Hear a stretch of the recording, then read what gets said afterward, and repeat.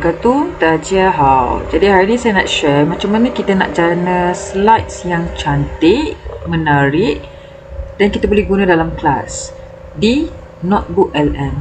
So first of all, macam biasa saya guna akaun MOE lah. Okay. And then saya terus je search Notebook LM. Okay, this is my Notebook LM. Okay, ada banyak dah projek yang saya pernah buat. So contoh, okay, saya nak tunjuk macam mana kita nak buat, nak save satu projek kita tu. Okay, create a notebook. Okay, so cikgu boleh create notebook. And then dekat sini upload files ni kan. So kita klik saja pada upload files dan kita upload lah source yang kita ada. Contoh, saya nak buat bahan untuk bahasa Cina tahun 4 sekolah kebangsaan kan. So saya download dulu textbook dari Delima, save kat laptop dan kita upload files untuk kita punya notebook ni. Okay, so nanti kita namakanlah notebook kita ni kan, dengan kita punya projek tu.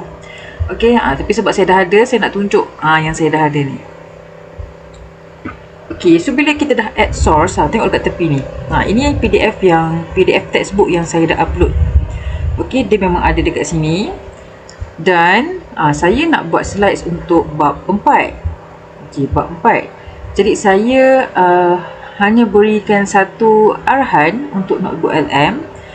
Okay, buatkan slides untuk unit 4. Okay, jadi dibagilah sedikit ringkasan nota. Dan dia pun beritahukan, okay, anda boleh melihat kemajuan mengakses slides melalui tab studio.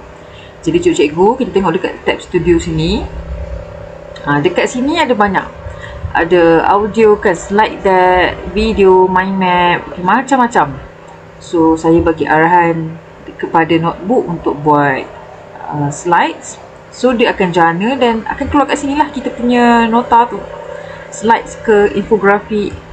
Okay, so inilah saya punya slides untuk bab 4 ini. Okay, ini contoh dia. Dan kalau cikgu rasa, alamak ada slides ni yang tak puas hati ke atau nak tambah ke, so kita boleh revise. Dan nanti mungkin kita bagilah 1-2 arahan. Okay, untuk setiap slide tu. So macam mana nak save slide ni? Okay, so nak save slide ni, klik saja pada 3 titik tu kan, and then download lah. Whether we want to download it dalam bentuk PDF ataupun PowerPoint. Okay, so dan cikgu pun boleh dah guna untuk dalam kelas. Okay, sangat seronok, sangat best. Nanti saya akan share pula macam mana kita nak ringkaskan nota-nota ini menjadi satu nota infografi. Okay, jangan lupa share, like dan komen dekat video saya ni. InsyaAllah saya akan share banyak lagi tips untuk cikgu-cikgu dan mudahkan PDPC kita dalam kelas.